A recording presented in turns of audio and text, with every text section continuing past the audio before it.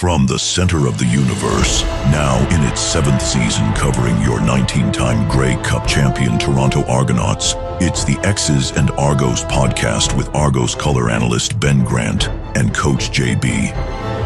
Welcome to the X's and Argos postgame reaction podcast brought to you by Something in the Water Brewing. Ben Grant, joined as always by JB. The Toronto Argonauts get their first win of the 2025 season, 29-16, over the Ottawa Redblacks. We've got all the details. We'll break down the entire game, look at some of the fantastic plays, and you'll get a chance to hear some radio replays as well. All that and more coming up on this postgame reaction episode of the X's and Argos podcast.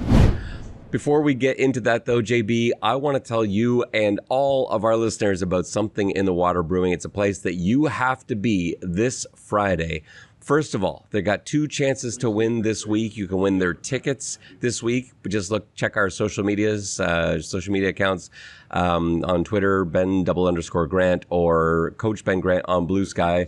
Look for your opportunity to win their tickets. And you can win a 6-pack of beer from Something in the Water Brewing by giving us a question. Again, look for the prompt tomorrow on the social media accounts for your chance to win. And then Friday, get on down to Something in the Water Brewing in Liberty Village. It's only steps from BMO Field. It's the perfect place for a Friday game. You finish your work, you head to Something in the Water, grab a couple award-winning beers, maybe Longboat Pale Ale, the beer that was made for fans of the Double Blue, and then you wander on over to BMO Field and catch the Argos Ticats. All right, JB, let's get into it. What did you think? How'd this go for you today? Well, look, I think it's great. I think I felt it was a must-win. I think the team came out and played like a must-win. They played complementary football. I mean, it's a terrific win to beat a division rival in their own field when they are, favored to beat you. I think that's fantastic. I think the team has to feel amazing that they were able to come away with such a convincing victory. And it was the first time this season that special teams and defense helped out with scoring. And that's what you have to do until Chad comes back. Yeah. Would you have thought going into this game that the only man that would catch a touchdown pass would be Ryan Hunter for either team? Imagine that bet. Think of all the fleeces you could have won. It's true. I didn't feel like it was going to be a high scoring game, but I definitely did not have that down. I mean, it certainly we were lucky to face Ottawa with their backup quarterback as well, and I mean, it feels really good. If they had lost this game, I think it would have been a bit of a crisis, and now everything is just back to status quo. And you alluded to it earlier, the fact that this was a sort of 3-phase win for the Argonauts. You had contributions as special teams touchdown. You had a good field position coming out a couple of Jarian Grant's returns. Not one of his, not one of his record-setting days or anything like that, but you could see that it was something Ottawa was clearly thinking about. And then you had a defensive score, which actually set records, by the way. Did you know that return, the fumble, scoop, and score from Derek Slywka was the longest regular season fumble return touchdown in Toronto Argonauts history, which goes a long way back. So that was pretty impressive. But all 3 phases scored touchdowns, and that's what happened last year. We talked about this before. Missing Chad Kelly last year, it didn't matter because the defense was scoring points, because the special teams units were scoring points, and that's exactly what happened today. It felt a lot like some of last year's early season wins. Yeah, it was really, that's how you steal a win. When you don't have more talent than the other team, you have to try and steal it, and they did a great job of stealing it tonight. Let's break down the offensive side of the ball first. I think probably the unit that struggled most of the 3. I thought Arbuckle played fine. His stats are okay. 18 to 25, 269, a touchdown, an interception. He also ran the ball twice for 18 yards. I thought he did well not to really make any mistakes. I think he didn't necessarily win them the game, but he didn't cost them in any way either. He was efficient, but I was really concerned by the lack of running. How much of that do you think had to do with losing Mayan Williams, and how much of that is offensive line and maybe something concerning going forward? Because going into those last 2 minutes of the game, the Toronto Argonaut running backs had -1 yard rushing with 2 minutes to go. They ended with 11 yards rushing. Not exactly great fantasy numbers. How do you break down the rushing attack? Yeah, I mean, Williams obviously getting hurt makes it hard to make a definitive statement, but it is a problem. They have not been able to run this year very much at all, and they were unable to get anything going. So if Williams is out for some time, yeah, like obviously if they could get McMahon back, that would be amazing.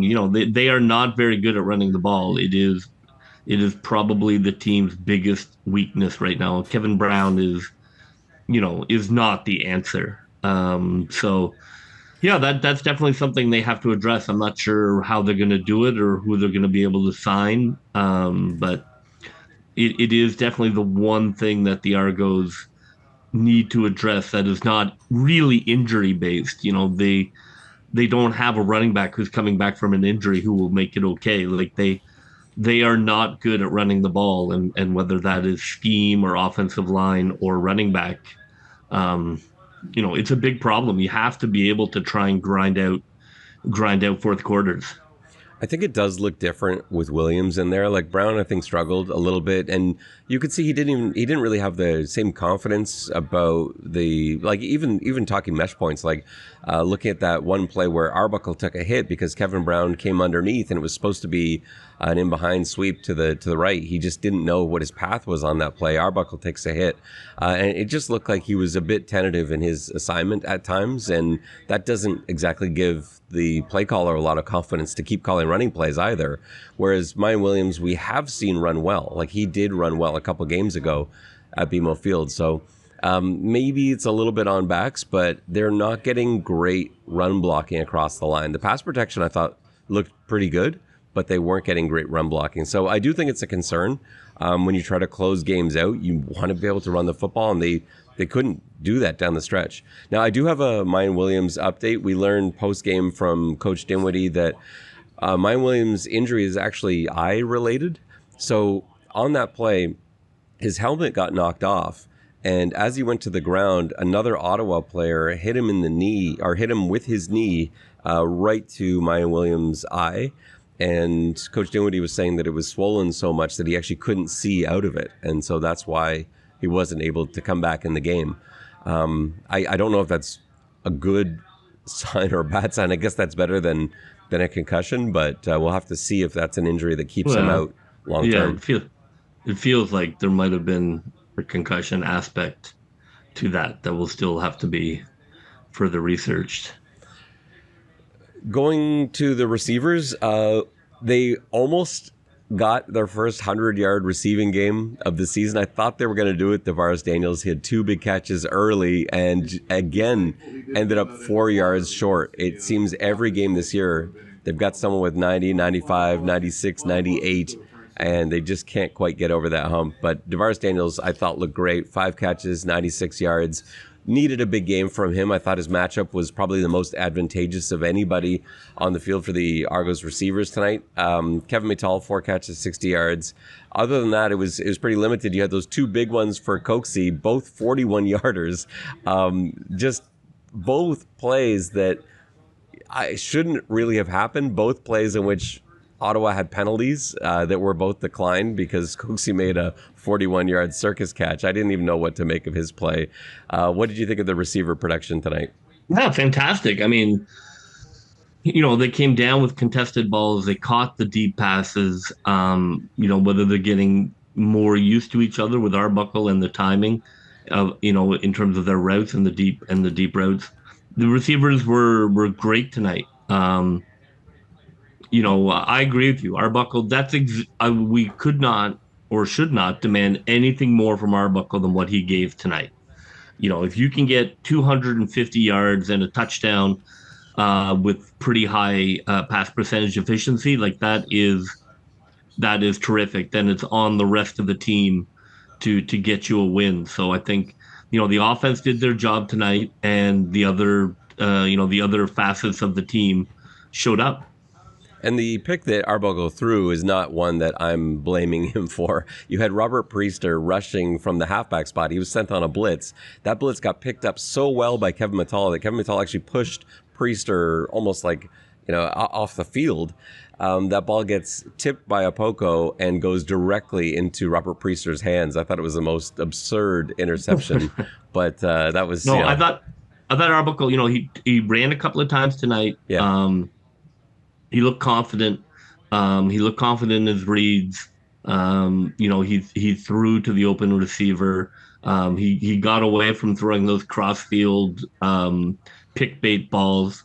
Look, it was highly efficient. It was to me a perfect backup performance. So look, if he can do that again next week, we can talk about that. Look, because it really depends. Obviously, can the other two, teams also put points on the board? Because, what Arbuckle did is not enough to win. So I don't want to get too positive, because what he did tonight was good for who he is, but that's not enough to win a football game. So now the pressure is really on. Can they repeat their defensive special teams prowess? And I don't think you necessarily need two touchdowns a game from special teams and defense. No. Well, you don't have to win by a good score either. I mean, but you're not gonna win with one touchdown, 250 is what I'm saying. No, I agree. Not without a running game. None at all. Right. Let's talk about maybe something that gets forgotten about with that Ryan Hunter touchdown. Yes, it was cool to see Ryan Hunter catch a touchdown pass. I thought it was what about his somersault? And the somersault, the somersault was not the most well-executed somersault I've ever seen. But I loved how you see the lineman that came up to him like he was a god, right? Like that is every lineman's dream, is to catch a tackle-eligible touchdown pass. And now because they all know, coach might call this again, and maybe next time I'll be the guy. It'll be my number. Yeah, I think that was the joy that had it not worked, they would have thrown that play out forever. And Mike Hogan and I were trying to remember the last time we saw an offensive line touchdown for the Toronto Argonauts. We think it was Jamal Campbell back in 2019, the last time that the Argos did that. But yeah, I love that. I love that play. I think that's fun. It never gets picked up. They're always wide open.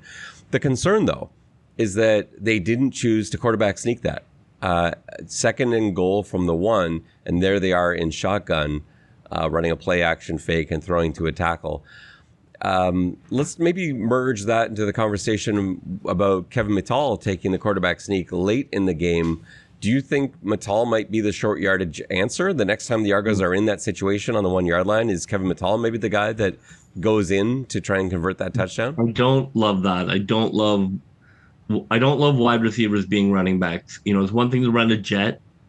That's still kind of what a wide receiver does. But being a running back, and it's such a, I think it's disrespectful. It is a really skilled position, how to run your pad level, how to take contact, how to, the footwork, everything about it. And when you have wide receivers do it, I just think it's dangerous. I think you're more likely to get somebody hurt because it's not what they do. So I don't love that at all.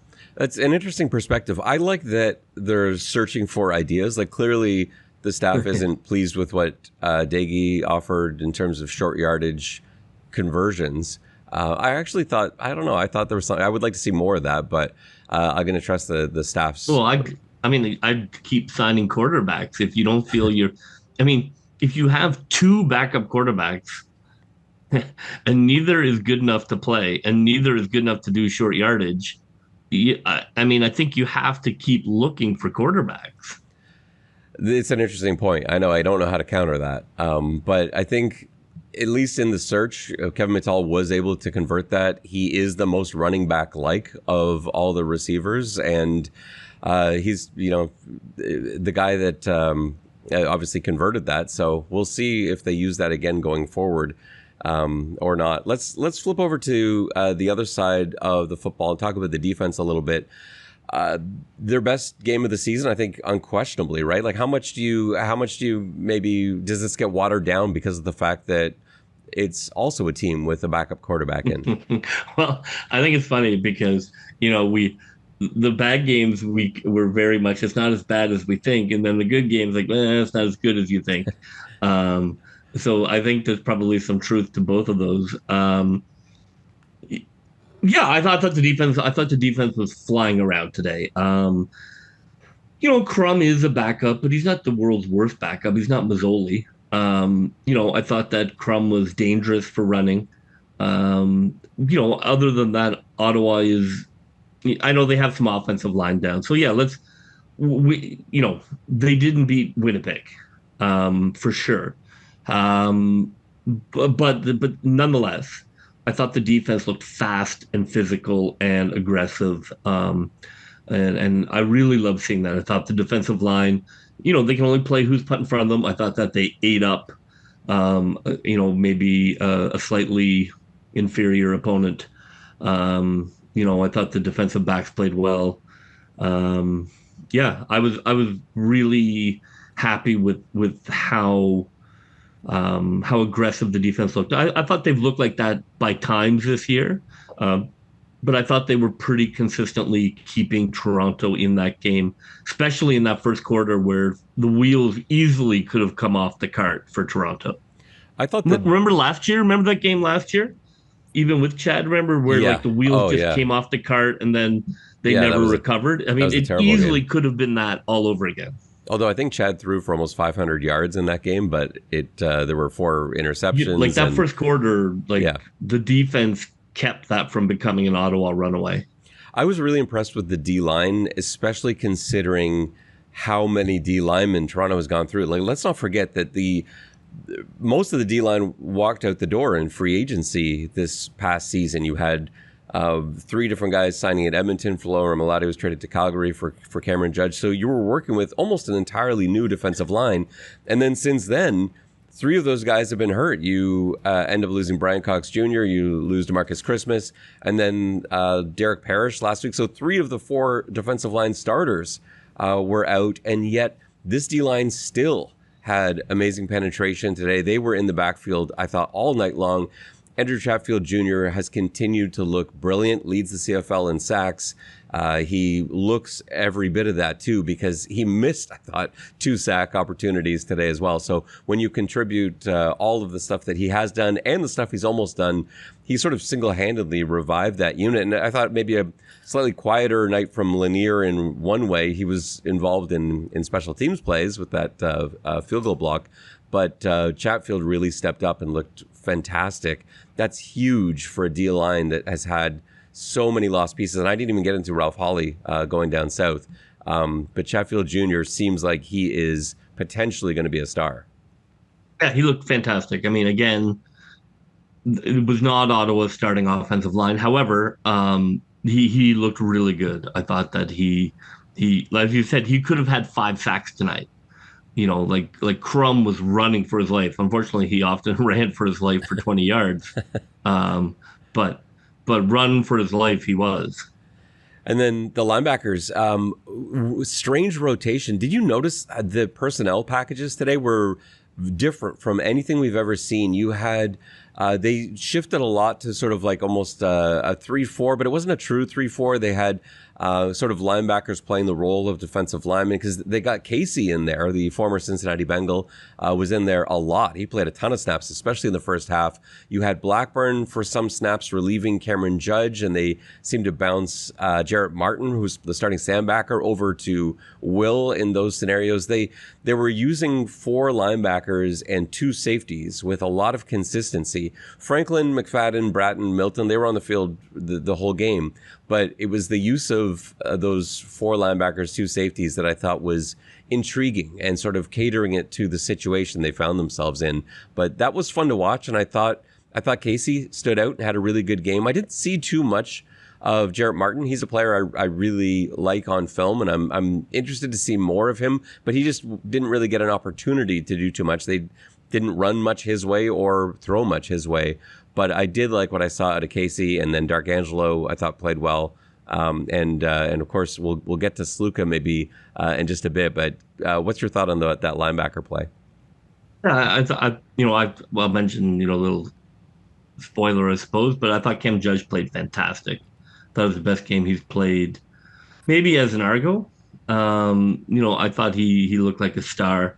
I thought it was interesting what they were doing. I thought it was really effective at taking away Crumb's first look. He did not have a lot of easy passes. The only thing that really hurt them was his ability to, that their gap discipline broke down a little bit.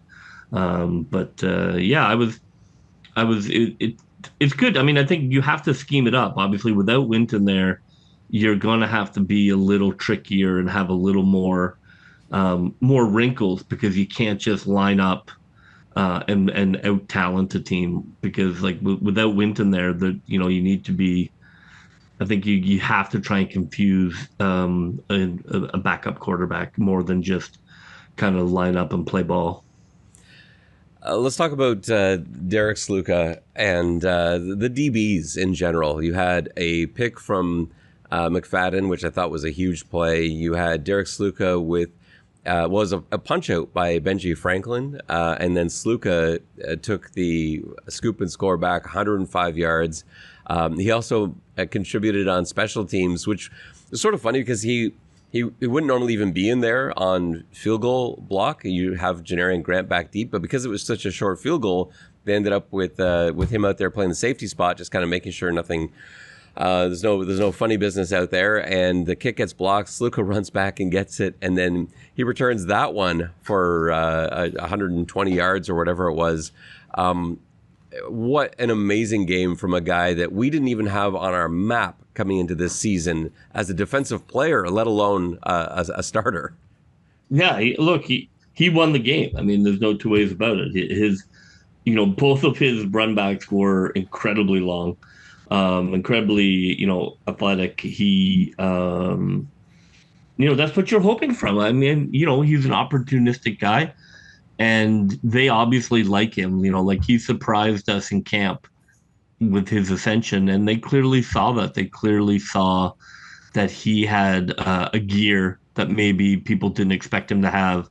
And I thought both returns were amazing. I mean, the reverse field 140-yard return is unbelievable. I know it was only the kickoff team, or the field goal team on the field, but nobody was close to him. So it was really impressive to watch him pull away from Ottawa. I was waiting for him to fall down with exhaustion or lateral it to one of the exactly 4-2 guys around him, but nope. No, he was, just really impressed. And it's not just like it stood out in those plays. He's playing very good football as a safety. Like you see the way that we talked about it a lot on the broadcast tonight, like the way that he closes. You'll see him in one spot, and then you look away for a second and suddenly he's in a whole different spot. He's 15 yards away and he hits guys like a ton of bricks. Doesn't miss assignments. Yeah, he is. He's got great height, great size to him too. He's that's what's amazing too when you look at his speed and his ability on both touchdowns. Like he's not like a kind of small wide receiver cornerback guy. Like he's a big dude, and he was able to get up to speed and pull away. Yeah, when you get and I think the first sign of this, we talked about this, I think preseason, but when you get an NFL team taking say hi, Mike. Hi, Mike. when you get an NFL team taking a Division II or Division III guy into take a look at, you're like, well, this guy clearly stands out athletically, and he's been able to turn that into some great football play for the Toronto Argonauts. Special teams wise, Janarian Grant didn't have the huge return, but I felt like that the tone setting that he contributed to, I thought was pretty big. So he took that first kickoff, the opening kickoff of the game. He half broke it. I thought he was down. He got turned around. I thought, okay, he's down. And somehow he spun out of it, got another like 12 yards out of the play, ended up with decent field position. And then one play later, they're in field goal range. And I just thought like that was the missing element. Like instead of starting back on their own 12 or 15 yard line, those little, just even getting a 10-yard punt return is so much better production than what the Argos have been doing in Grant's absence. That in itself changes the game because you're no longer asking Nick Arbuckle to get 7 first downs in order to put a scoring drive together. Oh, I mean, it's everything. Like you absolutely have to have. Whoa, I mean, we talked about it. Like their field position was disastrous. It was ninth. It was really, really poor. So yeah, I thought that the kick return was good.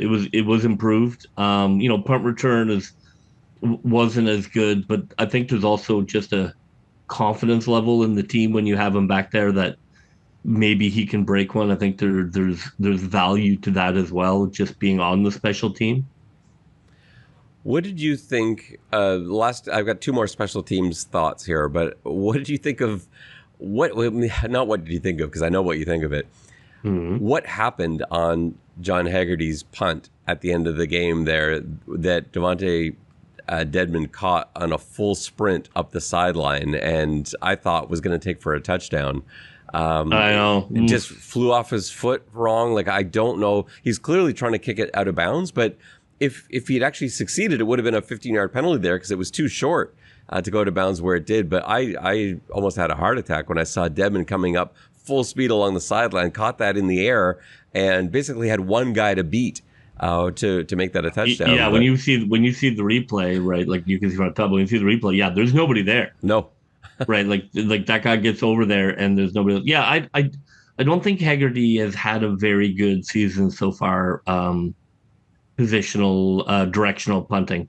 Like earlier in the game, the Argos punted from sort of midfield, which I wasn't crazy about, and it went in the end zone for a rouge, where clearly he was trying to bury them, sort of somewhere below the 5, because once it went in for a rouge, then essentially the Argos got like 10 yards or 15 yards of net, which, is really not very good at all. So I have not been impressed with Haggerty's directional punting this year. His punts have been okay, but he's definitely not cornering teams. I don't know if he doesn't seem to be trying to. So I don't know what's going on there, but yeah, I don't love that he hasn't been able to kind of pin guys down the corner. A lot of his punts go right down the middle of the field. I don't know why, but they prefer that to the corner punt. But I think his distance and hang time have been pretty good. Like I agree. But you'd like to be able to. For me, like just as an aside, like if you're gonna punt from your own 40, that I'd rather go for it if you're just gonna give them the ball at the 40. I'd rather just go and give them the ball than have 15 net yards. I mean, I don't see what that's about unless he gets better at pinning teams inside the 10. Did you get a chance to see what happened on Ottawa's punt block? Because I didn't get a chance to see that replay. I know that someone came free up the middle and was able to block that punt, but I didn't see where the breakdown was. It didn't see the replay on it, but it was up the middle, which is unusual. Yeah. Because traditionally that's taken care of, but they almost blocked another one too, actually. Yeah, around the side. So that's definitely something that's got to go back in the oven.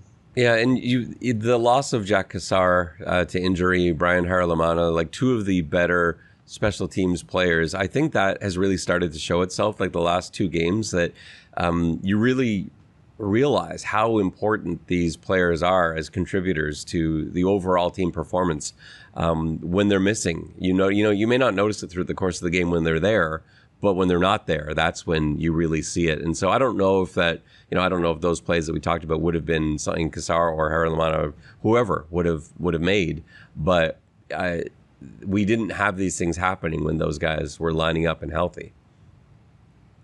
JB, the very last special teams play I want to talk about, the decision to kick the field goal at the gun. So people might be wondering why Coach Dinwiddie, instead of taking a knee with no time left on the clock, game already decided, 28-16 at that point, why do you send Lirim Hajrullahu out to kick a field goal instead of take a knee? The answer is because of point differential. Toronto only plays Ottawa twice this season, and so if they split the season series, if they go 1-1, then that point differential comes into play as a potential tiebreaker. So Dinwiddie there with no time left on the clock, it was a chip shot, decided let's just kick a field goal, get 3 more points. Hajrullahu missed it wide right. They got a single out of it, so they still did get a point. Wouldn't it be funny if that single point actually came into play and was the reason that Toronto got a higher seed than Ottawa at the end of the season? That would be something. Well, I mean, I hope that 3 points doesn't come into play. Yeah, hopefully. But, it would be funny if 1 is all they needed. Let's get into our players of the game and our plays of the game, JB. Why don't I go first with player of the game, and I'll give you the honors for play of the game. So, sure. For player of the game, I got to go with Derek Slywka. I thought he was the obvious player of the game. This is not a hipster pick, as you call it. 2 touchdowns, over 200 total yards. Picks hipster picks. I don't call your pick hipster picks. Well, anyway, this one's a pretty obvious one to me, but I can't not do it. It's, he had 2 touchdowns from the safety position. That's pretty good. Look, he may have, I don't want to be too over dramatic, but he may have single-handedly saved the Argos season.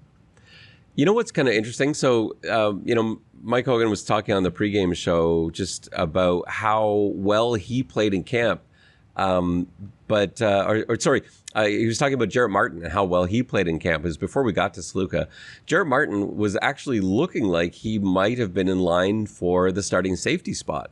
And because of an injury, he had to come out, and that's when Slywka emerged as a player and really shone, like right from the word go, to a point where he became the starting safety. And then once Martin was healthy, they're looking for a spot for him, and there really wasn't one. And then suddenly you lose 2 different Sam linebackers to injury, and Martin gets his shot. And you often see that crossover in the CFL, safety and Sam linebacker. There's a lot of similar skill set that goes into that. And so that's why you see like Tyshawn Blackburn, for example, come in and play that Sam spot. That's why we used to see Royce Metier come in and play Sam when there was an injury to like Quincy Mauger, for example, last season. And so here now there is suddenly a place for Jarrett Martin to play, and Derek Slywka's on the field as well. So I thought that was just kind of interesting. But yes, Slywka is my no doubt player of the game. So who are you going to go with if not Slywka? Well, I mean, for the sake of spreading it around, clearly he was player of the game, player of the season. For me, I guess if I'm looking at another player, as mentioned earlier, I thought Cam Judge led the way with the defense. I thought his physicality, the violence that he brought to his tackles, the intensity that he brought to the defense. I mean, that's what Winton McManus has always been, so great at delivering, the swagger of the Argo defense, which is such an important part of being a great defense. And I thought Judge brought that, even though he got a penalty on when he smacked Crum. I love that too. I thought that he brought an energy that was absolutely needed for the team. Just to be like, we're not going to lose this game. He had 9 tackles. He had a sack.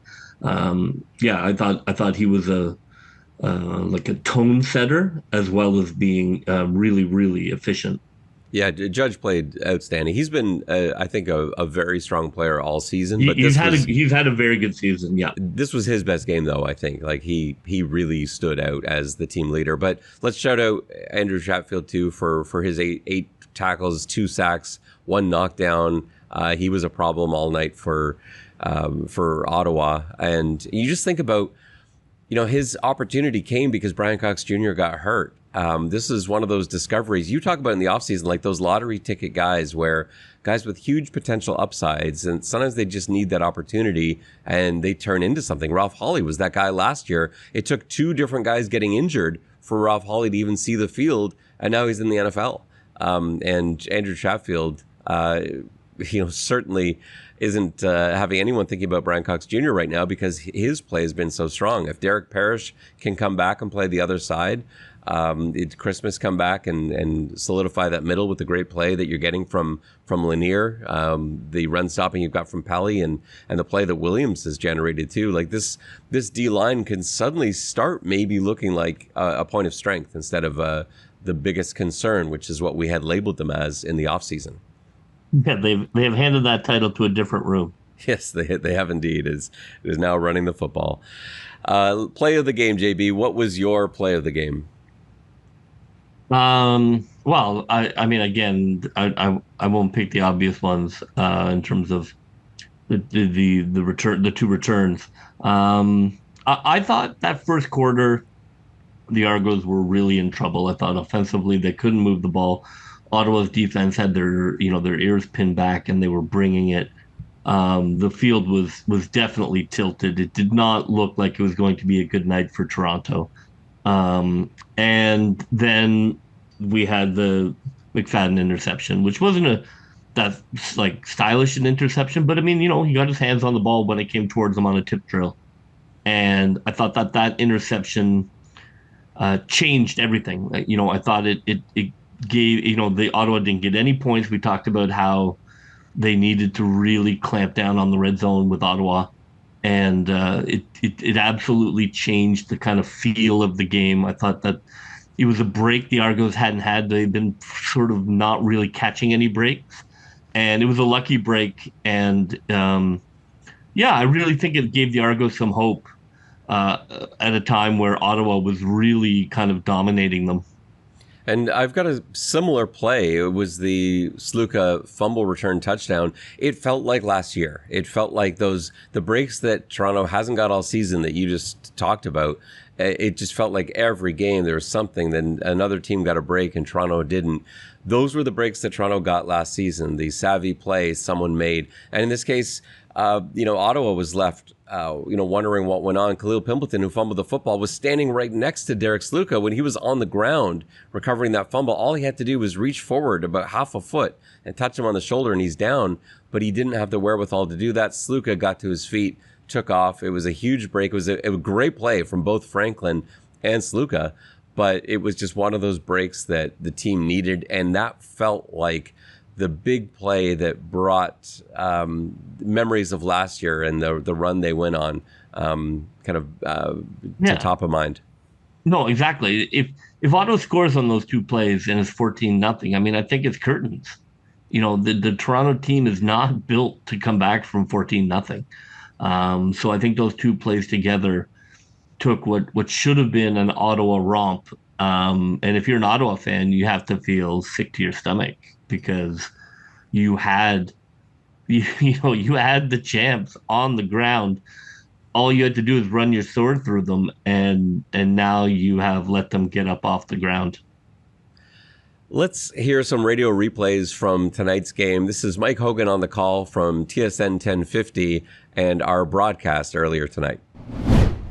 Happy Janarian Grant Day to those who celebrate. He is on the field awaiting the opening kickoff. Richie Leone will be kicking off for the Redblacks. Argos in light blue helmets, white jerseys, dark blue pants, and dark blue socks today. And for the Redblacks, they will be in red jerseys, red socks, black helmets, and black pants. And Janarian Grant will be at the goal line to our right as the Argos move right to left here in this opening quarter on a very sunny night in the nation's capital. And it will be Janarian Grant at the 20 near side. He'll cut to the 25 to the 30 and be taken down at the 35. No, he spins out of it to the 43-yard line. He got 8 yards he shouldn't have. Welcome back, number 3. Second down and 13 from the Toronto 18. Back to pass. Crum going for it all. Has a man tipped and picked. P-time in the end zone. Tavares McFadden with the interception. He had a pick 6 against the Redblacks in the Eastern semifinal a year ago, and he has just bailed the Argos out inside 3 minutes remaining here in the opening quarter. And Arbuckle will go play action, goes down the seam, has a man, Tavares Daniel. Second biggest catch, second big catch of the first half, and he'll take it down to the Ottawa 40. Huge gain. First and 15 from the Argo 20. Back to passes. Crum, it's a three-man rush. He's going to go to the far side again. It is complete to Pimpleton. A shake and a bake. And the Argos force the ball out and recover it. Slywka's got it. Running down the far sideline. 30, 40. He could go. He's going to go. To the 40. To the 30. Derek Slywka to the house. And the Argos turn that around in a hurry. Second down and goal from the Ottawa 1-yard line. Kevin Brown in the backfield. Double tight ends. Now Dankwa's going to move over and stand behind Boss on the left side. Play action. Arbuckle has a man wide open, and it's Ryan Hunter for the touchdown. Tackle eligible. Argos with the touchdown. They go to the bag of tricks. It's 17-0. Second down and 10 to go from their own 40-yard line. Three receivers to the near side. Ottawa jumps. Free play. Arbuckle gets rid of the football, looking long down the left sideline. It is tipped and caught. Oh, my goodness. Damonte Coxie did it again. It would have been intercepted, but the Ottawa defender couldn't hang on to it, tipped it up, and a huge gain for Damonte Coxie. Lewis Ward had a 50-yard field goal on the last play, and it's blocked. This one is blocked. Again, a hand got up in the middle. Slywka's going to pick it up in the end zone. Is he going to try and run it out? He's going to go out to the left, stop, comes back to the right, looking up the sideline. He's got some room. To the 5, to the 10, to the 15, to the 20. It's a big hole, 25, to the 30. Here comes Slywka again. 50, 40. See ya! Slywka's going to score again. And this one is longer than the 105-yarder he had early. My goodness. Lanier with the block. Slywka with the touchdown, and it's 24-3. But the Redblacks, trailing by a dozen, have to go for it here. Biggest play of the ball game tonight. Argos make a play here, all but over. From the 39-yard line, they need 8 yards. They empty the backfield. Back to pass, Crum. Has time, comes near side. Caught, short of the first down. Argos get the turnover on downs. Benji Franklin with the play. It is all about the Benjamin, and the Argos have the ball. This will be the last play of the game. Kiemet snap is good, Haggerty's hold is good, and Liram pushed it out way to the right. And the new dad is going to watch as the back, Dedman, doesn't get out. It's a single point. If he had to put some giddy up into that, he would have been able to break the plane. And I think the Argos are going to get a single point. They are. Which again, when it comes down to point differential, it's 29-16, so they're plus 13 instead of plus 12. It may not come into play, but it might. And the Argonauts are going to walk away with a 29-16 victory over the Ottawa Redblacks to put a straight number in the win column. That's the audio from TSN 1050, our radio replays. JB, we got to sign things off here, but it is a short week for the Toronto Argonauts. We'll be looking to get you our pregame walkthrough show this Tuesday, and don't forget to look out for your chance to win tickets to the game, courtesy of Something in the Water Brewing, and a 6-pack of beer from Something in the Water Brewing. We need your questions. So again, check out on Twitter, Ben_Grant, and on Blue Sky, Coach Ben Grant, for all of the details there. That will just about do it for us on this post-game reaction episode of the X's and Argos podcast. The Argos victorious 29-16 winners over the Ottawa Redblacks. For JB, this is Ben Grant saying so long, and may all your pre-snap reads be good ones. I'll see ya.